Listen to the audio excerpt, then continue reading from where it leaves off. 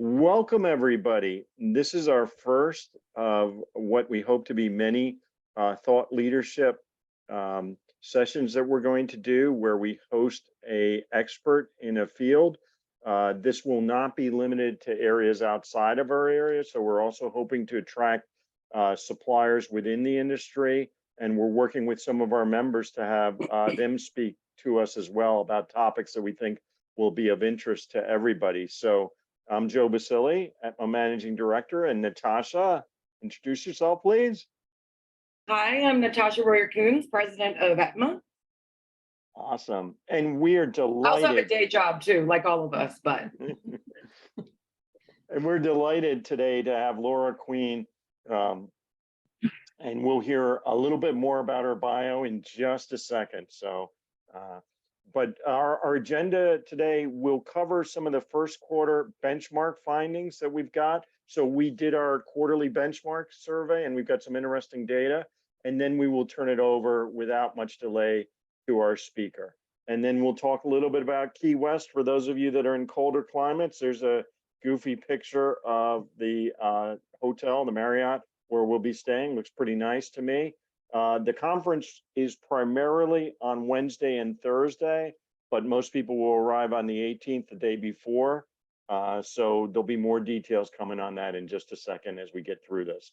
So real quickly, just to cover off for those of you that are not familiar with ETMA, we are an independent nonprofit that was created by solution providers for solution providers, and all actions are designed to serve our member companies, not to profit from them, because we are a nonprofit. Natasha? Oh, here I am. I was muted. Sorry about that. So our core values, sharing industry knowledge, networking, again and again, our members vote on some of the best parts of ETMA, and it's really the coming together, you know, of the leaders, and again, just thought leadership, knowledge share. We heavily encourage engagement and participation. And for many of you, please stick around until the end, because we're going to talk to you about the subcommittee launch. And I think, Joe, are we going to talk about the breakouts as well? We are going to mention that when we talk about the upcoming conference in Key West. So, you know, you've seen a little bit of, well, you saw us open up the elections again, and congrats again to Mitch, right? And then we're launching the subcommittees, these virtual conferences, and again, the breakouts. So we really, really encourage your engagement and participation. That goes along with obviously the peer learning, idea exchange, and just being very, very open with one another. Many of us actually compete, right? But we also love each other.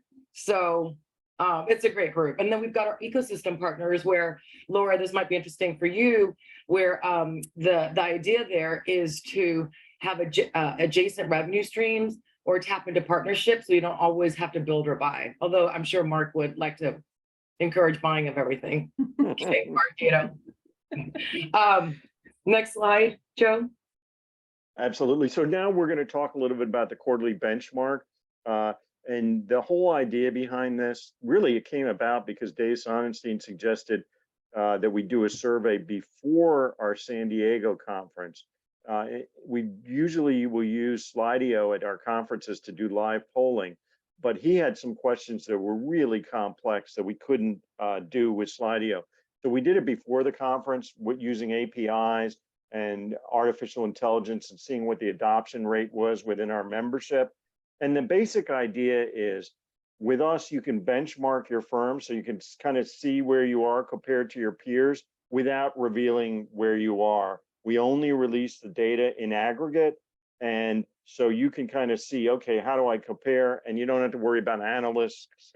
I know sometimes analysts will take that data and use it against you, or competitors using it against you. That's not the way that we play, again, because we're for solution providers, by solution providers. But the concept is each quarter, we're going to develop between 3 to 5 questions. We want to make it really easy. This last one took, on average, 3 minutes or less for people to complete. So it's a bunch of radio buttons, you know, getting your opinion or views on things, and off we go to the races. So without further delay, here are the top 3 areas. Natasha? Yes, so according to our membership, the top 3 areas that you're all planning to fund and prioritize this year, and again, just, mostly we have at ETMA, your C-levels, ownership, and a lot of rainmakers as well. But we do hear 66% voted that they will be spending the most amount of their funding and making sales a priority. So that kind of lends itself to when you see some of the subcommittee and breakouts, a lot of folks want to attend the one that Eric, I think, will be heading up, Joe, for channel and sales. So that kind of really aligns well. And then you can kind of see for yourself, I don't need to read this all out, but 57% with automation, and then operations and so on, right? All the way down to investing in your people, which is interesting because Laura is going to talk to us about the importance of human capital, especially during, I guess, Laura, for the lack of a better word, pandemic, post-pandemic, sort of crisis-ready world. So she'll be talking to that, but very interesting statistics here. Anybody want to say anything on this before we move on? Because we're going to give Laura about, is it 25 minutes, Joe, and the Q&A? About 35, yeah. 35. Okay, so we want to be respectful of her time. But having said that, any thoughts? All right. Okay, and I'll just mention, with my former company, I remember we used to start where we would invest in sales at the beginning of the year, and then as the year went on, we would then put the money into operations with the idea that we wanted the sales to come in first, the incremental growth in sales, and then the operations. So it was always like a fight between, or finding balance between, oh, we're too heavy in sales, or we don't have enough deals for ops to be busy. But I think that's interesting. I think what's really interesting in this data is the new product and software development, 40%. So that was ranked pretty high in terms of where you're going and where you're putting money. The automation, that continues to be a theme, right? That was a theme in our previous surveys that we've done, and it remains one. So really interesting data there, as Natasha said. And then this next one, the idea behind this, right? Traditionally, the telecom expense management companies were always getting beaten up by carriers, but today our membership has expanded, as you'll see in just a second, into a lot of different areas in terms of supply chain management, devices, and other areas. But we thought it would be interesting to ask this question: where do you feel you rank? In terms of, do you feel like you're gaining power, or do you feel like you're losing power? Also, in terms of resellers, do you feel like you're gaining power or losing power? And what was interesting is 47%. So most of you said, hey, or almost most, said we think we're gaining power. 32% said about the same. 21% said don't know. But what's amazing is nobody said they feel like they're losing power compared to other firms. So that's a really interesting fact. I don't know whether people just didn't want to be honest and they don't feel like they're being bullied, or whether they really do feel, in fact, that they're gaining power in the marketplace compared to the others that so often dominate this. Any comments or thoughts on this from the audience? I guess I would just say that I think that especially with the layoffs and just the kind of the poor performance that many of at least the providers are providing these days, I think it's helping us. It makes us actually stand out more as an option, as a different option. That's my perspective. Thank you for that. Yep. Yeah, that's really good point. Yeah, I see the same thing, especially with the large carriers. They'll trade 3-4 sales reps in every couple of years. I mean, they'll never get to know the client the way we do, and so we often serve a really vital role in educating them, which gives us influence. For those of us who do participate in brokerage, it gives us a lot of influence because we can educate them. Absolutely. For 2023, what do you all expect? This is how you voted. I guess our membership feels very bullish at 65% that we will grow as an industry, or at least in some part of the technology ecosystem. And let's see here, 20% say they'll stay the same, 9% market decline, 6% unsure. So, we're hearing the news, right? Layoff after layoff in tech. Digital marketing is down. So like Google, Facebook, they're reporting dips, right, in earnings, as well as, again, their online digital marketing, which is critical to their revenue stream. So all these things are coming out, these sort of silent layoffs, right, that started happening last year, got a little bit louder, I think in January. Laura's going to talk about this, but this looming, and I'll put in quotes, recession, I can't tell if it's here or if it's not, right? The inflation rate hikes, I mean, there's so much going on. We're post-pandemic. So I think it's pretty incredible that we feel so bullish about, our world. And I'll use a word that maybe is a little bit overstated, but we are in hopefully almost a recession-proof industry, right, with telecom savings and technology. So maybe that's what's reflective here. But very, very interesting data. And again, really nice foundation of where Laura's going to take us, because Laura's also going to talk about if in fact we are, headed towards a recession and there's layoffs, the human capital, though, in the United States is still, what's the word, Laura? Highly competitive. Yeah, and we're going to talk about that. New data came out this morning. It's more competitive than we thought. Wow. So so much going on with the market, right? But anyway, I'll just open up. Any thoughts here before we move on? All right. So we thought it was time to kind of get a level set in terms of the way that people think about, how you position yourself and what your value proposition is. And we thought it would be interesting to get a level set. Mostly this reflects our membership. There's only about 10% of the survey responses came from outside our membership.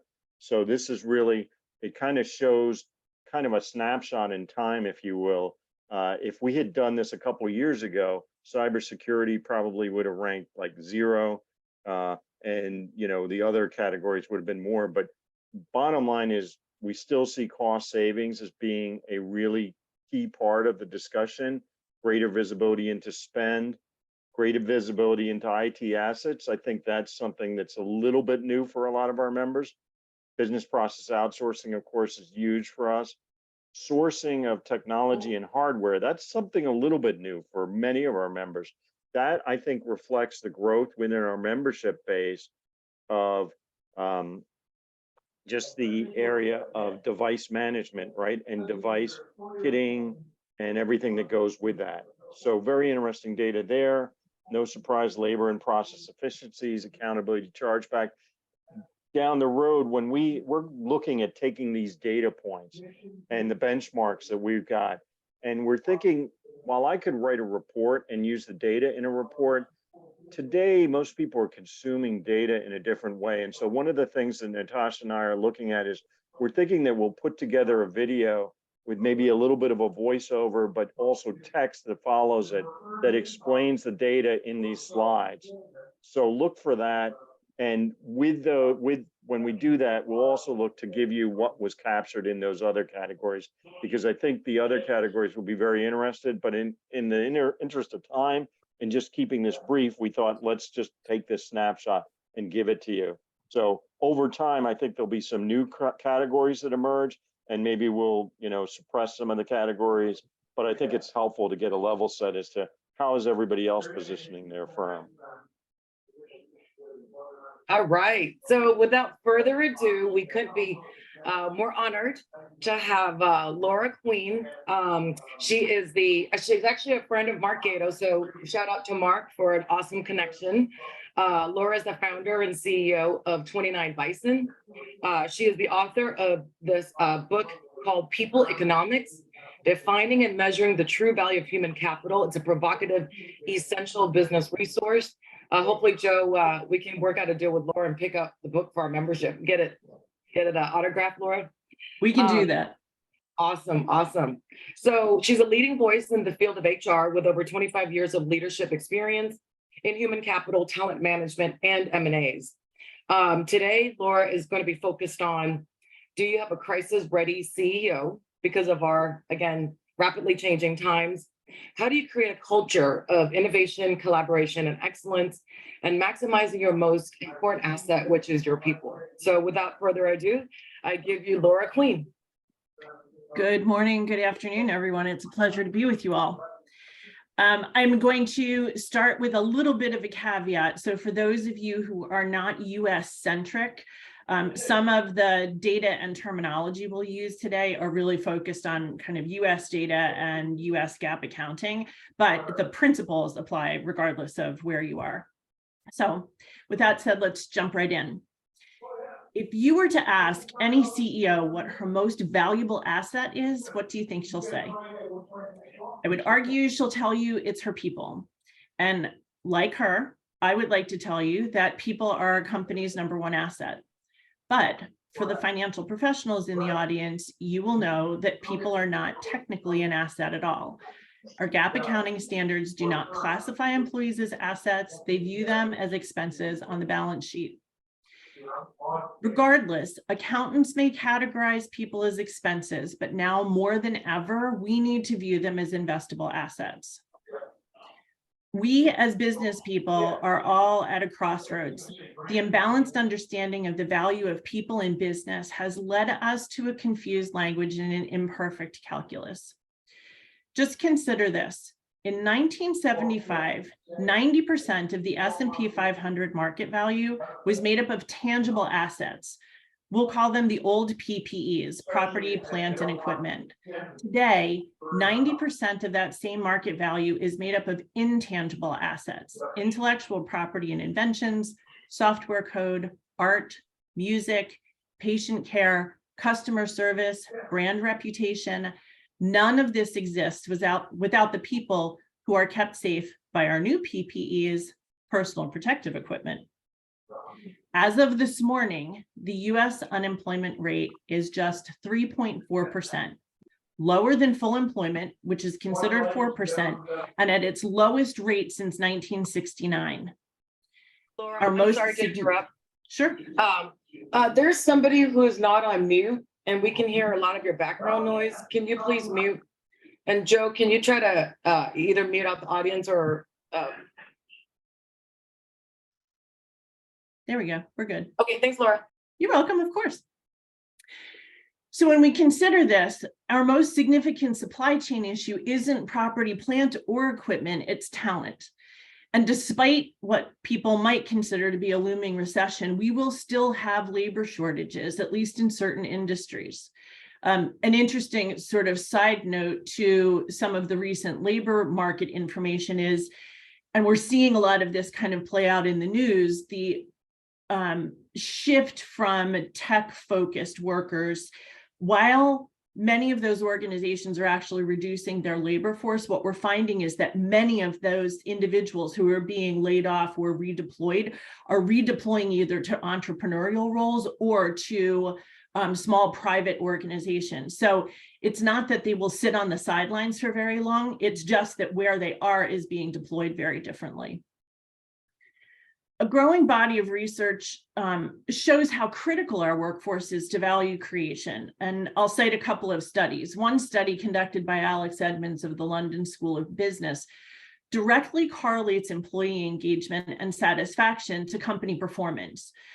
He found the 100 best companies to work for in America delivered stock returns that beat their peers by 2.3 to 3.8% year over year for a 28-year period of time, amounting to 89% to 184% cumulative gains over that period of time. Even prior to his research, Sisodia, Sheth, and Wolf studied a group of 28 companies they referred to as firms of endearment. 18 of those organizations were publicly traded, and all of them were defined as being best manifesting the highest standards of humanistic performance in their organization operation. Their study showed public firms of endearment returned 1,026% for investors over the 10 years they studied, compared to 122% for the S&P 500, more than an 8-to-1 return ratio. Additionally, many researchers, some that I'm sure you've read even more recently, including Harvard and McKinsey, have concluded that 70 to 90% of mergers and acquisitions fail to achieve their intended outcomes, largely because of issues related to people, leadership, and culture, which is interesting given how many of you have said in the study, in the feedback that was shared this morning, that you're looking at M&A. So, eyes on that ball in terms of making sure that we're managing in the investment in the people portion of those deals to ensure that from a cultural standpoint and from a labor standpoint, you're investing in the right things to make sure that you're holistically capturing and managing that value. More and more, we look at companies' people practices as indicators of their ethics, values, and integrity. Consumers make buying decisions using Yelp ratings, prospective employees make career decisions using Glassdoor, students choose classes from Rate My Professor, and doctors are selected from reviews on ZocDoc. Brand reputation and appeal are directly tied to the value of business. It's exactly why we rely so heavily on scores like Net Promoter Score as a critical business measure. NPS is driven by interactions with our people. Qualified, caring, creative employees are engaged employees. They experience higher levels of job satisfaction, which translates directly to higher levels of innovation, customer and patient satisfaction, and overall creativity, each drivers of NPS. In recent years, fundraising has been a top priority for many privately held company CEOs. However, in the current economic climate, investors are more cautious. They're focused on the bottom line results, and they are looking for organizations that operate using lean operating principles. As a result, CEOs and their leadership teams must now be able to execute on their vision and be prepared to make shift in any circumstance that might be a potential crisis. So let's talk a little bit about characteristics of crisis-ready CEOs. They include being strategic and visionary. They are socially agile, similar to that of sales leaders. They take calculated risks and inspire their teams to do more with less. These leaders prioritize consolidation over expansion and are able to rally their teams around the core values and an organization's purpose. On the other hand, steady state CEOs, more maintenance-focused CEOs tend to focus more on the top line revenue and organic growth alone. A study conducted in 2020 by Energage International Capital speaks to how crucial it is for CEOs to adapt to these new realities and become crisis-ready, including creating crisis-ready cultures. In this Energage Irrational Capital study, companies with the strongest cultures, as determined by their engagement scores, actually had better stock market performance during the COVID-19 pandemic. This study in particular looked at data from 1,400 public companies over a 10-year period. They even created portfolios looking at these top workplace companies and found that these portfolios performed better than the S&P 500. They looked specifically at a measure they called return on capital, which is a measure of the company's productivity based on its stock performance, using culture as the operative variable. So what makes for a strong organizational culture? This study found that the top 3 drivers of performance were: 1, managers who cared about and appreciated their employees; 2, they focused on inclusive innovation, where all employees were encouraged to share ideas and everyone felt heard in that idea sharing process; and 3, there was a sense of direction and purpose for the company from the employee experience perspective. It's pretty clear from this research that when companies prioritize their culture, it can have a real impact on financial performance, even during crises periods like the COVID-19 pandemic. In the first 6 months during the pandemic, The top workplaces in the study did not lose as much value as the companies in the S&P 500 and outperformed the S&P 500 by 3 times during their initial recovery. Dan Ariely, who some of you might know from his work in Irrational Capital, who was one of the study's authors, argues it's really easy to beat the S&P 500. To do so, you need to ask employees questions and understand what's going on in the company. In speaking about this study, Ariely says, the results point to the value of recognizing that a person is more than their function at work, and that demonstrating as a manager, you care about that individual, your employee, and you understand each other's needs, creating a reciprocal relationship in a dynamic and evolving way that I want you to develop, improve, and grow, and that I have an interest in your future as your manager or leader.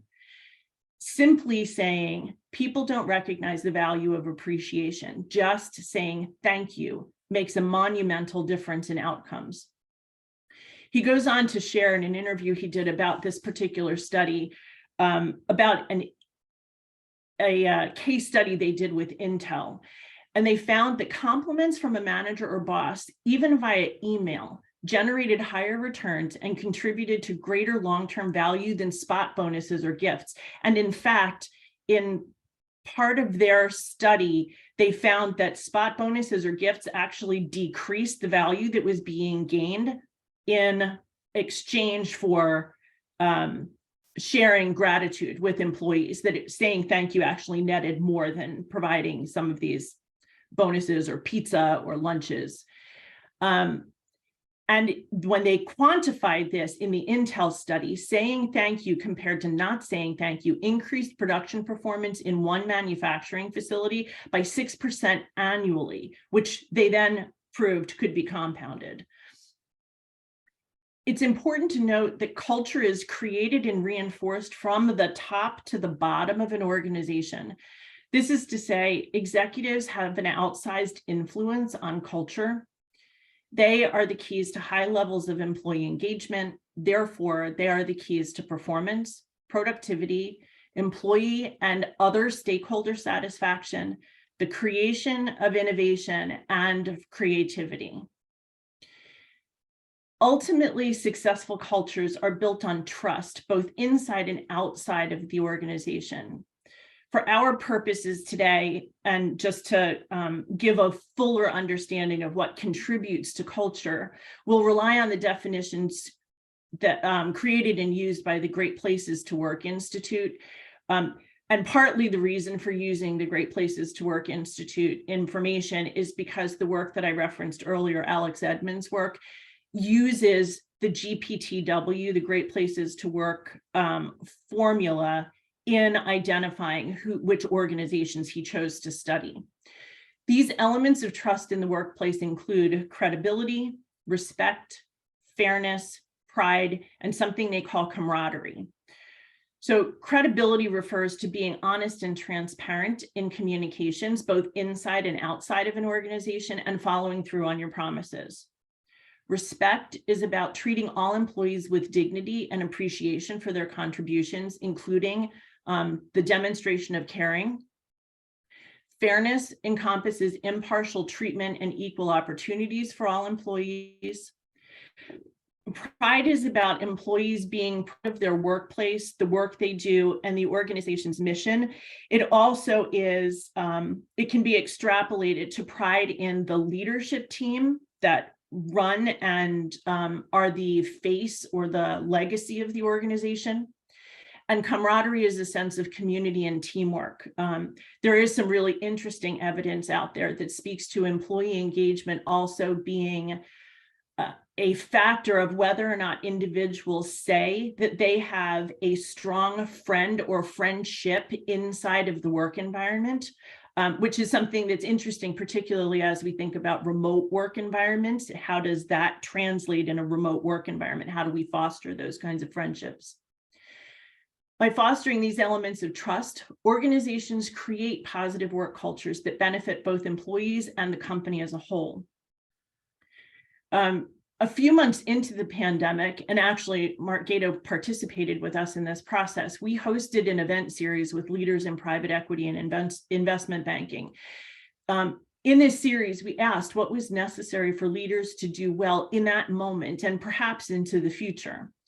Virtually everyone we spoke to said the ability to make a shift on the fly, to pivot from strategic planning to 13-week cash flow forecasting on a dime, for example, was one of the things that really made the difference.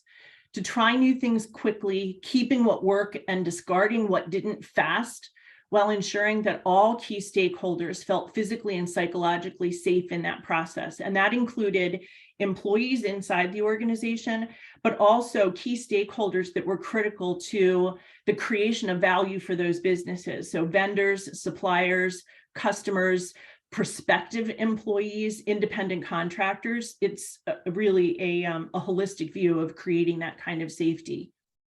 When viewed from an investor's perspective, those investors are looking to understand first. So in the context, for example, of outside investment in an organization or the acquisition of a business, these investors are interested in understanding whether or if a founder or leader is interested in and can make a shift to being a part of a team, one that now includes investors, perhaps outside board members, who have new priorities and may in fact have different definitions of success than these leaders had previously.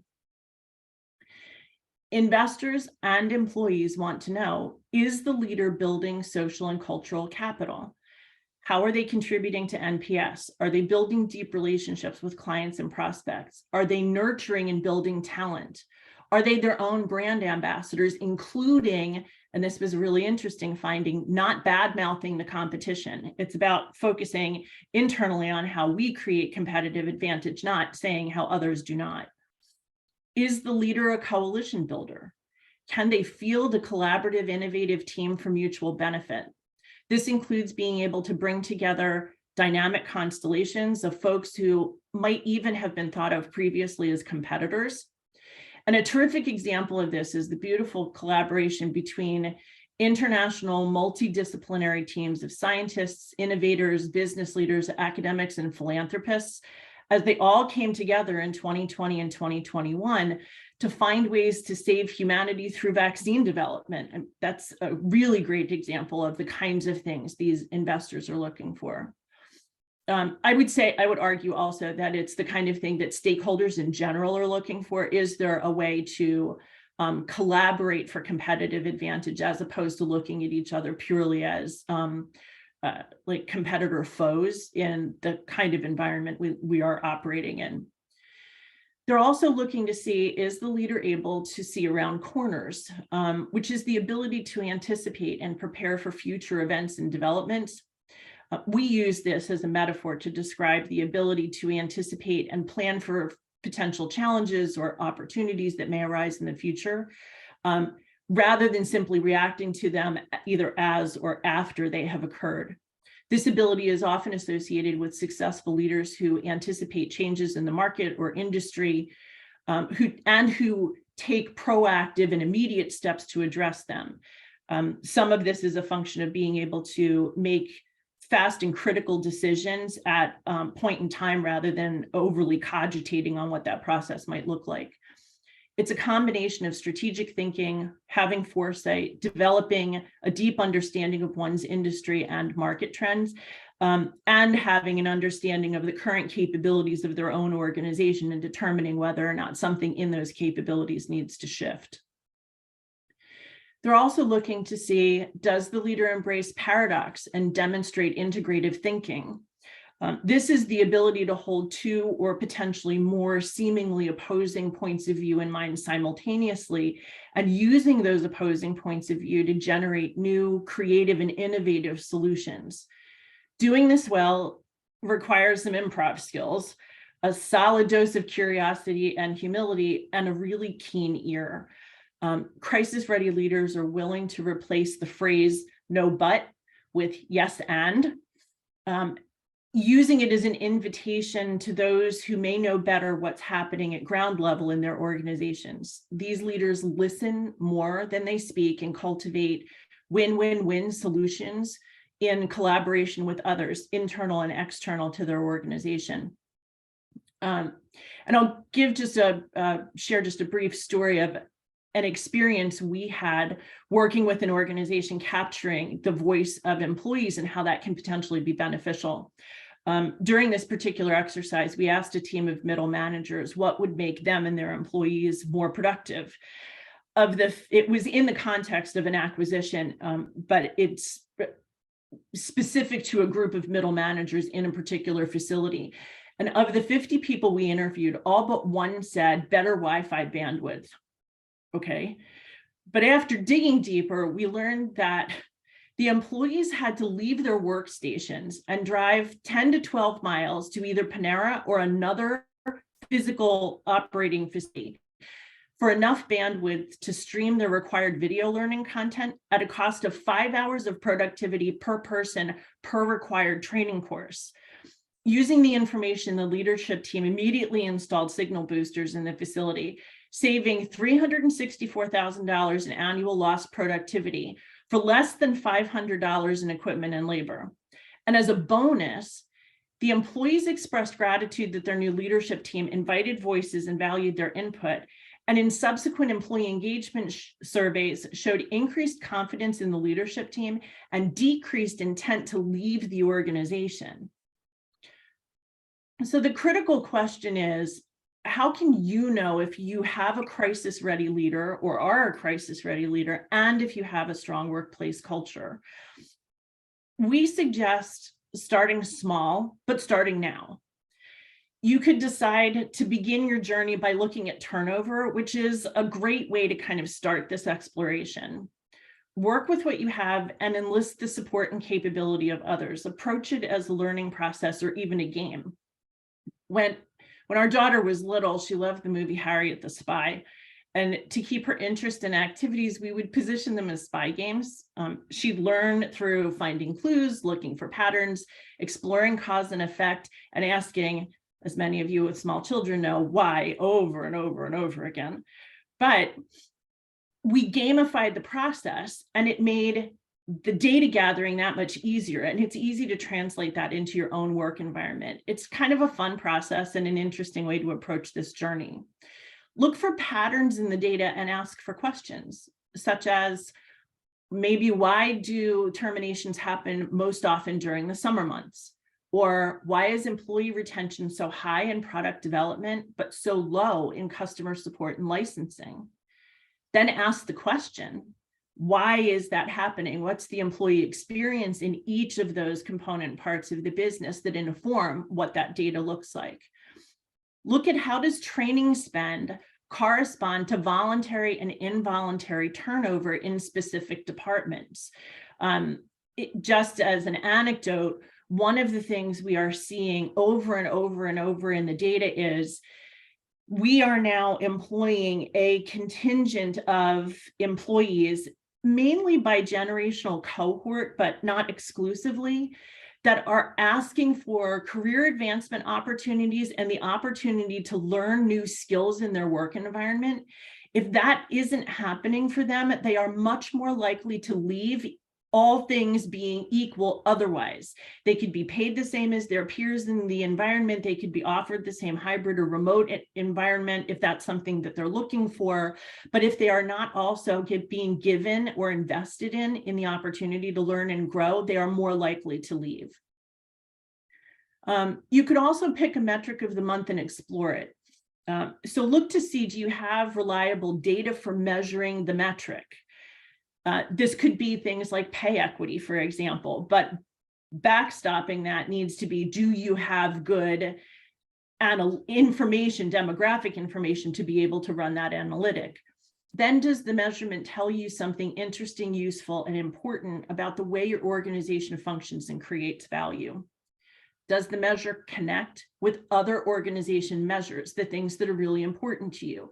Productivity, customer satisfaction, do you have other specific KPIs? How do these things correlate to each other? And look for the interest in that correlation. And very importantly, as we've heard today, ask, are your employees feeling cared for? And most importantly, what is it in their experience that will make them feel cared for? It will be different to some degree in different environments. And it's really important to understand from their perspective what it is that makes them feel appreciated, wanted, invested in, and cared for. And then be honest with yourself. When was the last time you thanked them for their work, their efforts, their creativity, innovation, and contributions?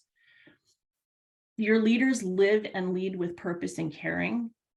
And if not, or if you're not sure, enlist the support of a qualified resource to help you evaluate leadership, talent, and cultural issues, and put in place efforts that can really drive change in this regard.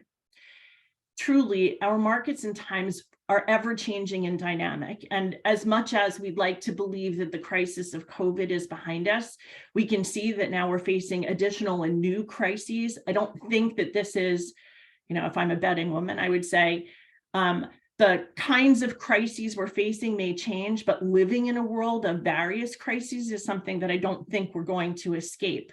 So it's really important that all of us as leaders are cultivating environments that have the level of sophistication and resilience that's necessary to deal with some of these shifts and changes. And if you don't have those kinds of leaders in your environment, it's time to take action. It's time to make some changes. And with that, I'd just like to thank you all for spending time with me. I'm super interested to learn from your experiences and to hear questions and share what I can about, how things work operationally in our environment. Wow, that was fantastic. I want to start by saying thank you and take that to heart and really start embracing saying that more often. If anybody that's got questions or wants to comment, please unmute yourself. And if for some reason I might have muted you, let me know, just chat it in and I'll try to unmute you. But does anybody have any questions?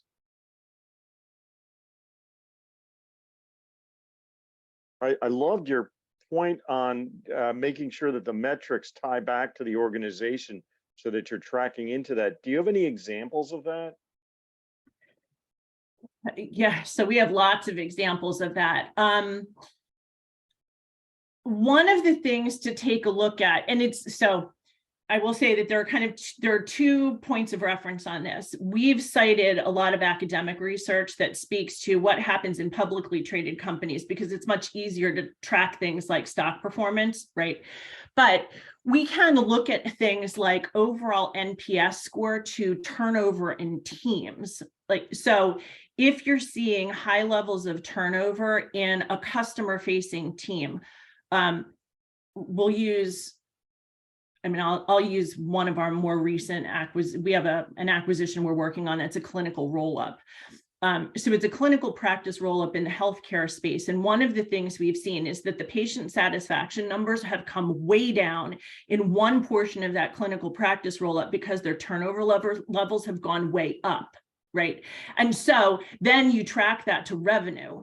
And when you're looking at overall revenue, they are not getting the referrals. They're also not getting repeat business. So what they're finding is these patients are leaving their practices and going to other practices because the patient satisfaction numbers are so low. And that's you can follow those threads over time. That's a great way to just start the process of taking a look at what does this information begin to tell me.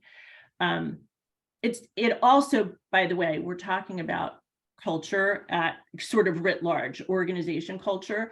It's really important to remember that there are subcultures in every organization that can happen by department, that can happen by business unit, that can happen by physical location. So when you start looking at data, look at parsing some of those things out as well and see whether or not there's something happening differently, positively or not positively, in some portion of your organization that points to really great things, historical successes that could be leveraged in other places of the organization, or areas of kind of critical circumstance that need to be addressed in a different way in order to improve the employee experience and therefore the numbers in the organization. Great. Anybody have any comments or questions? Yeah, this is Darcy. It's interesting. Everything that you're saying, I think, is so true. And one of the things that we really focused on during COVID and have continued to focus on is that employee engagement, because exactly what you said, making people feel valued. I've had people tell me, thank you for just telling me thank you. I never got that before. Mhm. And when I interview people and I ask them, how often do you receive feedback from your leadership? And the answer is almost always rarely. Right. And so it's really, I think what you're saying is absolutely true. The other thing I just wanted to share is I was talking to a provider yesterday who told me that they are down 300 positions currently at the moment, and they can't fill them. And so it is having a negative impact on not just on their customer service, but on their growth, because obviously, that's a big number to try and make up, and it's not going to happen overnight. And so to your point too, the fact that employee turnover is directly tied to employee engagement, employee satisfaction. There's no doubt about that, I think, after the Great Resignation. So thank you. Well, thank you, Darcy. Yeah, I do have a question. Do you have any experience with the difference between remote teams and on-site teams? Because since COVID, we have worked more and more remote towards maybe a remote first. I, for instance, I am based out of Amsterdam, but I also manage a team in the US. Do you have some tips on how to put these things you're mentioning in practice for remote teams? Or is it different? It is different, but how? Yeah, it is different. And that's a great question. And I think despite the fact that we've been doing this for now 2.5 or 3 years, I think we're still early days in understanding exactly what the differences are.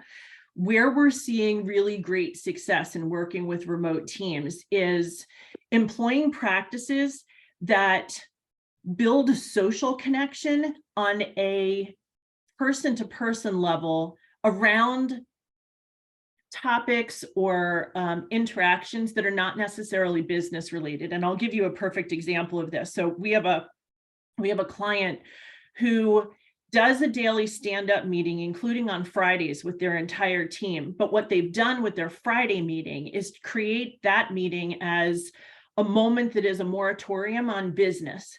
So the only purpose for that Friday conversation is for individuals to interact with each other socially. So wherever they are, they bring food with them to this meeting. So breakfast, lunch, dinner, depending on, because they're an international team. And they talk about topics that are unrelated to work, or they play games with each other. So a portion of this group have become like D&D fans, and so they actually play sort of mini D&D games, or they do things that are like Jeopardy kinds of things. They have started to have conversations.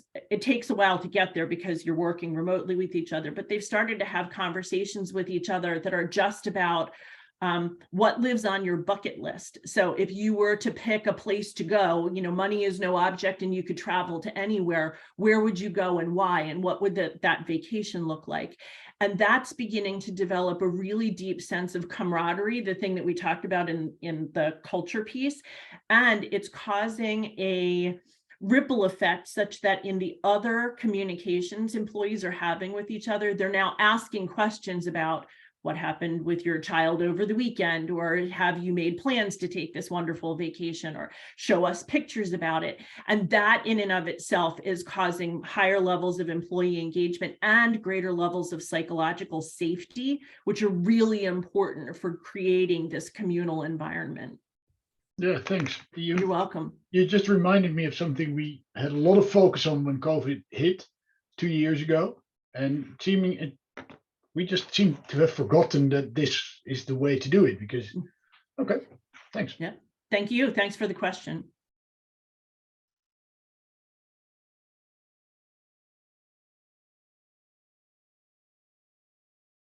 Other questions? Anybody?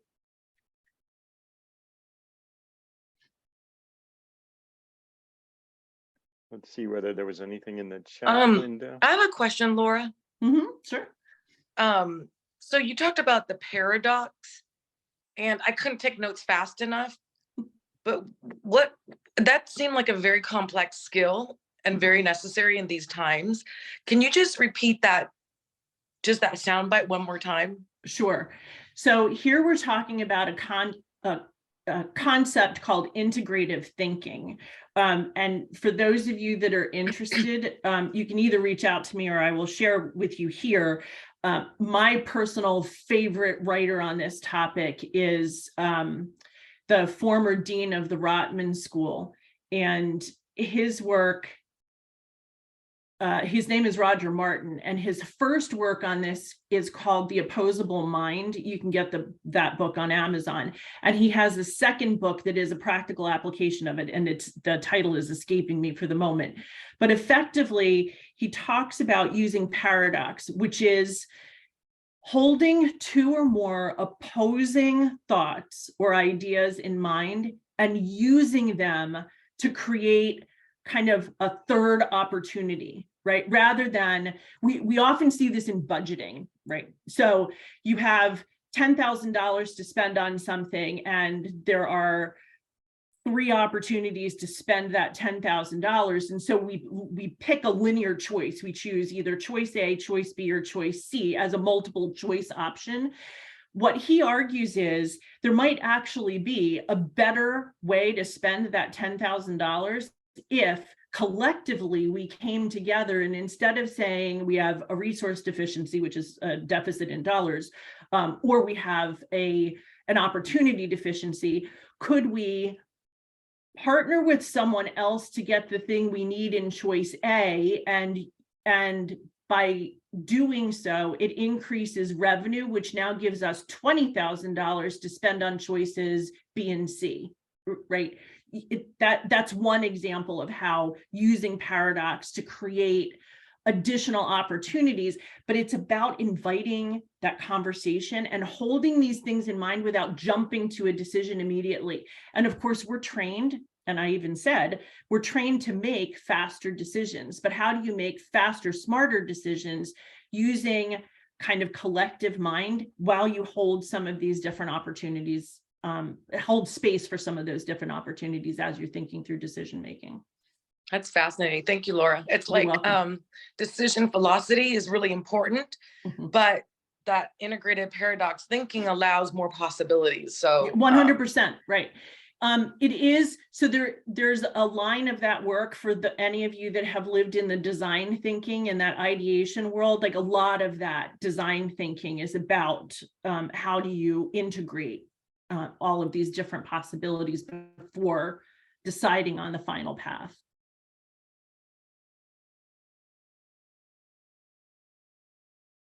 So I know time is almost up, and I want to give Joe and Natasha space back. I just want to say thank you, first of all, and please, I'm a resource to all of you. Joe and Natasha and Mark all have my contact information. If I can be helpful to any of you or you have additional questions after this, please don't hesitate to reach out. It would be my pleasure. Thank you so much. That was really just so much powerful information. We will have this recording posted online so that you'll be able to access it. I know many of you will want to kind of listen to this again and take some of the lessons to heart. This is really great. Thank you. thank you so much, Laura. You're welcome. My pleasure. So real quickly, in the time that we have left, I just want to cover a little bit of information, not give you too much, but what I'd like to do is just cover off on a couple things that we've got coming up that you should be aware of. So we do have the Key West conference coming up. We mentioned that real quickly. We've got some fabulous speakers. I'm meeting with Janelle in a couple hours to just talk through some of this, but the head of Android Enterprise is going to be speaking. We're going to have T-Mobile talk with us about 5G and IoT. Jeff Taylor from AT&T, is going to talk to us about two different topics. One is just the whole network infrastructure destruction, network infrastructure and transformation within the enterprise, but then also he'll be talking to us about cybersecurity. He may end up bringing another team member. We're waiting to see about that getting approved internally within AT&T. Jeff Olson is going to talk with us about VMware. He's from VMware, about experience solutions for software sales.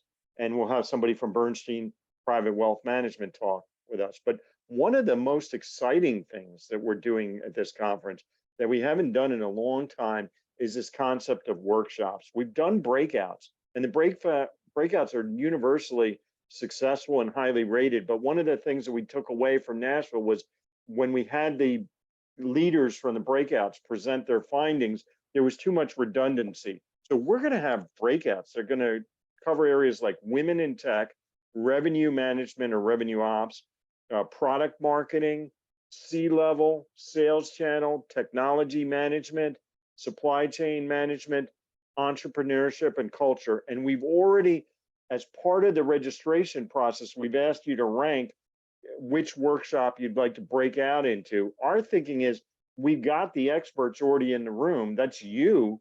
Who better to talk about these topics, share information, and then come out with some great findings versus, you know, having you do it. So that's the idea. The experience, the conference will start Tuesday night with a pre-conference dinner, and a number of people say that they want to go golfing, but primarily it's going to be Wednesday, 10 to 3, 10 to 4 probably. And then Thursday, similar configuration, 10 to 4. We'll have a big dinner Wednesday as well, and Thursday. And then Friday, we have a lot of people that are planning to stick around for fishing and other fun activities, having a significant other maybe come in April. The weather will be nice in Key West for sure. So we've got that. You know, a lot of people were a little bit dismissive of how can I get to Key West? Not everybody, like Nathan, is going to be flying there or taking a boat there. But there are flight options to get to Key West, so really cool there. And, you know, we've got a registration. We've got over 50 registrations already, which is good because we're early days and we haven't promoted it too much, but I expect to get a lot more in the next few weeks. But the other thing that I wanted to talk about is the committees. As part of our benchmark survey, and Natasha, feel free to chime in here, we're revitalizing and re-evaluating and looking at the committees. And so we've got some great committees, and we've asked people to register. I've contacted the chairs for the top 8, and they're not necessarily in order on this list here, but I've contacted at least 8 different committee chairs, and we're going to start rolling out scheduling of the committees with the idea that they can either meet once a month or maybe they'll meet for a short period of time and then come up with some findings. So we've got workshops at the conference, but then we've got committees if you're not coming to the conference or maybe in the run up to the conference. We've got that, and some of these committees don't overlap. Many of them don't overlap with what we're doing at the conference. 1 or 2 do, but for example, Mitch is going to be doing one on the executives committee. And basically what we want to do is we want to get the CEOs of our member companies together each month. Natasha, do you want to talk about diversity and inclusion? Actually, Joe, because we're at the hour, people are starting to drop. Yes. So I think we'll just wrap. But I think long story short there is that look out for more information coming up from Joe and the subcommittees. And please participate, because we do want that to kick off before Key West. So there's even more interaction and meaningfulness, right? Intentional action coming out of when we get face to face. So please just look up for Joe's emails with more information to come, and please join a subcommittee. If you're leading one, we're also encouraging you grab what did we call them? A co-chair, yes. A co-chair. Yeah. Some shared responsibility. But I think with that, Joe, we'll wrap because folks have calls that are starting, I'm sure. Absolutely. So this was great. Thank you so much. If you've got ideas for future sessions, please let me know.